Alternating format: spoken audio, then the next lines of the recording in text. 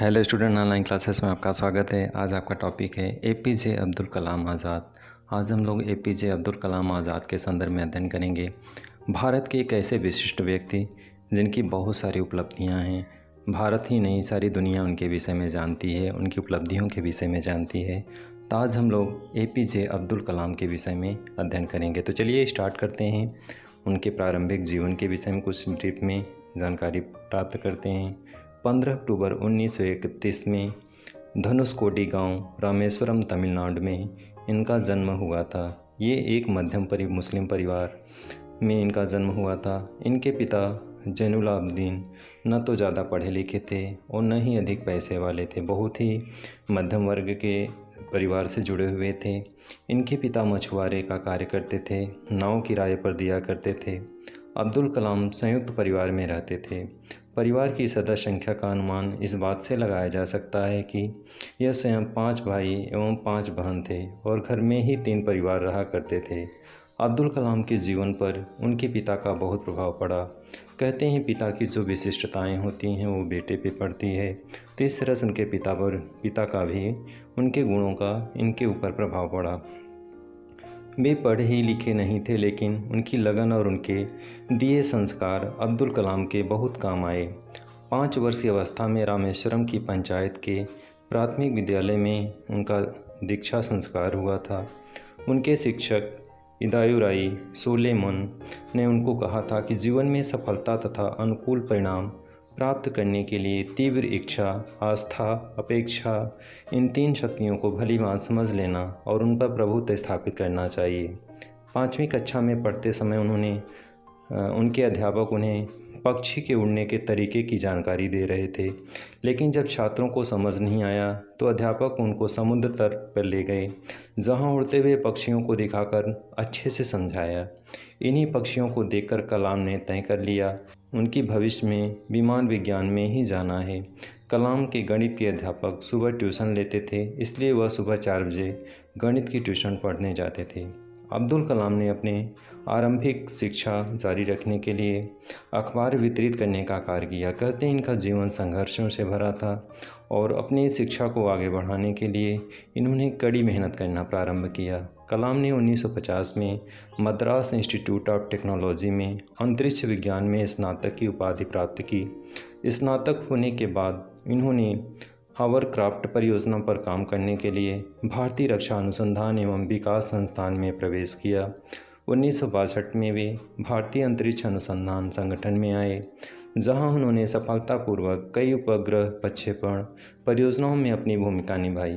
परियोजना निदेशक के रूप में भारत के पहले स्वदेशी उपग्रह प्रक्षेपण यान SLV-3 के निर्माण में महत्वपूर्ण भूमिका निभाई, जिससे जुलाई 1982 में रोहिणी उपग्रह सफलतापूर्वक अंतरिक्ष में प्रक्षेपित किया जा गया।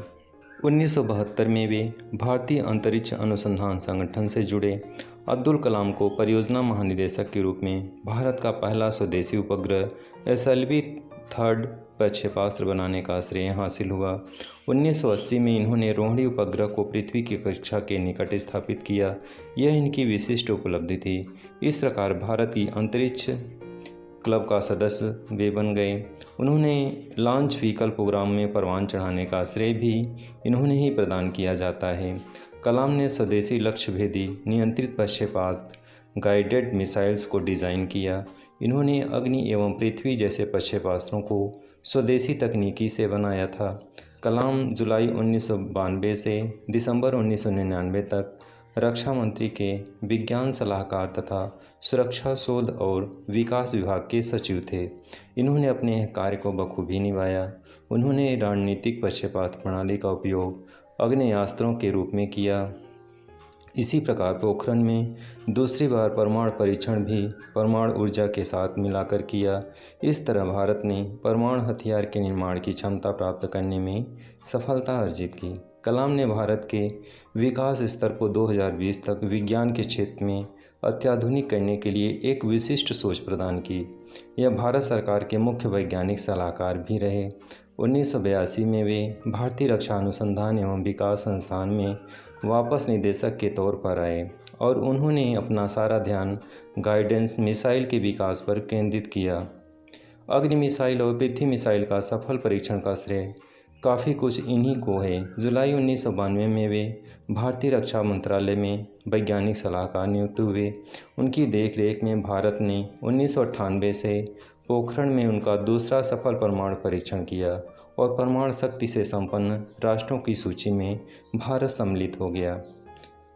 अगले स्टेप में हम लोग चलेंगे। राष्ट्रपति निर्वाचित हुए और उन्होंने भारतीय जनता पार्टी समर्थित एनडीए घटक दलों से अपना इनको उम्मीदवार बनाया गया, जिसका वाम दलों के अलावा समस्त दलों ने समर्थन किया। 18 जुलाई 2002 को कलाम को 90% बहुमत द्वारा भारत का राष्ट्रपति चुन लिया गया और 25 जुलाई 2002 को संसद भवन से अशोक कक्ष के राष्ट्रपति पद की शपथ दिलाई गई। इस संक्षिप्त समारोह में प्रधानमंत्री अटल बिहारी वाजपेयी, उनके मंत्रिमंडल के सदस्य तथा अधिकारीगण उपस्थित थे। इनका कार्यकाल 25 जुलाई 2007 को समाप्त हुआ। अब्दुल कलाम व्यक्तित्व ज़िंदगी में बेहद अनुशासन प्रिय थे। ये मांसाहारी थे। उन्होंने अपनी जीवनी विंग्स ऑफ फायर, इनकी जीवनी है विंग्स ऑफ फायर, भारतीय युवाओं को मार्गदर्शन प्रदान करने वाली अंदाज में लिखी गई है।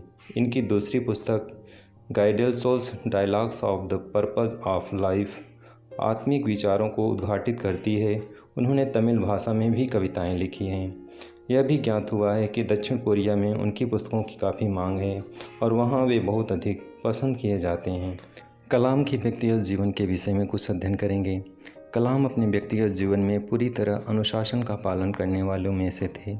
ऐसा कहा जाता है कि वे कुरान और भगवत गीता दोनों का अध्ययन करते थे। कलाम ने साहित्यिक रूप से अपने विचारों को 4 पुस्तकों में समाहित किया है, जो इस प्रकार है। India 2020, a vision for the millennium, next, my journey तथा ignited minds, unleashing the power within India. इन पुस्तकों का कई भारतीय तथा विदेशी भाषाओं में अनुवाद हो चुका है। इस प्रकार यह भारत के एक विशिष्ट वैज्ञानिक थे, जिन्होंने 40 से अधिक विश्वविद्यालयों और संस्थानों के डॉक्टरेट की मानद उपाधि प्राप्त हो चुकी है। डॉक्टर APJ कलाम के संदर्भ में कुछ उनकी उपलब्धियों और पुरस्कारों के संदर्भ में चर्चा करेंगे। भारत सरकार ने उन्हें 1981 में पद्म भूषण और 1990 में पद्म विभूषण का सम्मान प्रदान किया गया, जो उनके द्वारा उनके DRDO के कार्यों के दौरान वैज्ञानिक उपलब्धियों के लिए तथा भारत सरकार के वैज्ञानिक सलाहकार के रूप में कार्य करने हेतु प्रदान किया गया था। 1997 में कलाम साहब को भारत का सर्वोच्च नागरिक सम्मान भारत रत्न प्रदान किया गया, जो उनके वैज्ञानिक अनुसंधानों और भारत में तकनीकी के विकास में अभूतपूर्व योगदान हेतु प्रदान किया गया। वर्ष 2005 में स्विट्ज़रलैंड की सरकार ने कलाम के स्विट्ज़रलैंड आगमन के उपलक्ष्य में 26 मई को विज्ञान दिवस घोषित किया गया। नेशनल स्पेस सोसाइटी ने वर्ष 2013 में उन्हें अंतरिक्ष विज्ञान संबंधी परियोजनाओं के कुशल संचालन और प्रबंधन के लिए वान ब्राउन अवार्ड से पुरस्कृत किया। डॉक्टर APJ कलाम की कुछ व्यक्तिगत रुचियों के बारे में चर्चा करेंगे। डॉक्टर कलाम को बच्चों और युवाओं से बातचीत करने का बहुत शौक़ था। वो युवाओं को सुनना और उन्हें सुझाव देना पसंद करते थे। भारत के भविष्य को लेकर उनके पास एक विज़न था। वे चाहते थे कि भारत के युवा उनके लिए विज़न को समझें और स्वीकारें। डॉक्टर कलाम को विश्वास था कि युवाओं के योगदान से भारत साल 2020 तक एक विकसित देश बन सकेगा।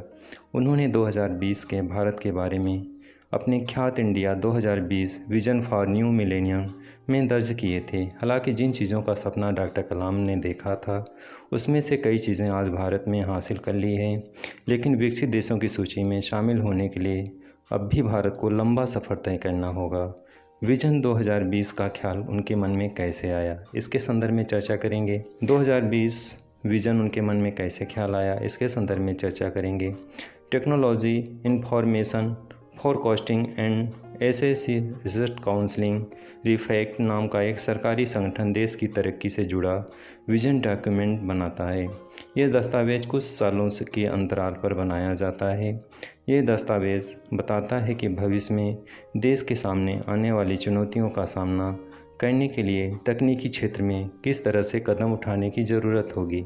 साल 1996 में डॉक्टर कलाम एक संगठन के अध्यक्ष थे और 1996-97 में इन्हीं की अध्यक्षता में विजन 2020 डॉक्यूमेंट तैयार किया गया था।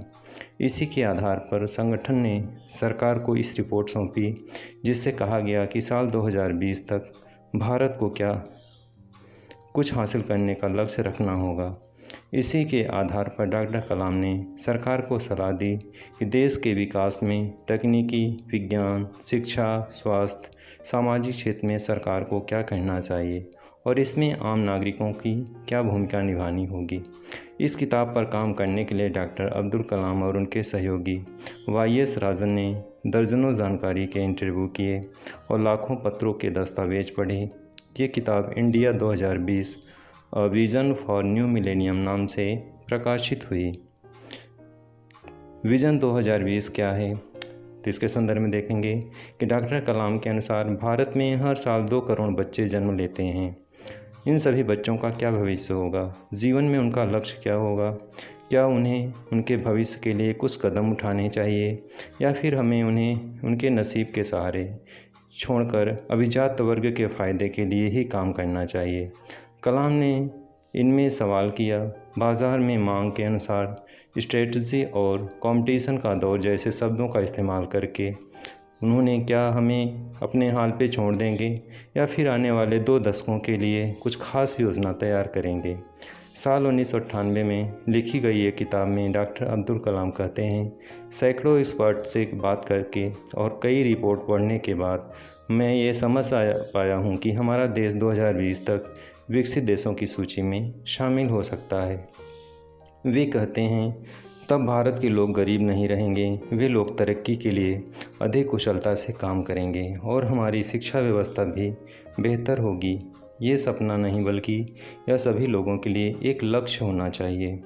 विजन 2020 में उन्होंने कहा था, डॉक्टर कलाम ने विजन डॉक्यूमेंट के अनुसार साल 2020 तक भारत विश्व की 4 बड़ी अर्थव्यवस्थाओं में से एक होगा और देश के प्रति आय $1540 होगी। इस साल तक भारत की आबादी 1.4 अरब तक हो जाएगी और दुनिया की GDP में भारत की हिस्सेदारी 4.07% तक होगी। फिर विजन डॉक्यूमेंट के मुकाबले मौजूदा वक्त को देखें तो फ़िलहाल भारत विश्व की 5वीं बड़ी अर्थव्यवस्था है। साल 2019 में देश की प्रति व्यक्ति आय $2000 से अधिक थी और विश्व बैंक के आंकड़ों की माने तो भारत की आबादी 1.35 अरब तक पहुंच गई थी। वही विश्व की GDP में भारत की हिस्सेदारी 3.3% तक है। साल 1991 में हुई जनगणना के अनुसार भारत में साक्षरता दर 52% है। कलाम का कहना था कि तकनीकी विकास और भारत के नागरिकों की कोशिश से साल 2020 तक भारत की साक्षरता दर 80% तक पहुंच जाएगी। डॉक्टर APJ कलाम के अंतिम समय यानी निधन के संदर्भ में चर्चा करेंगे।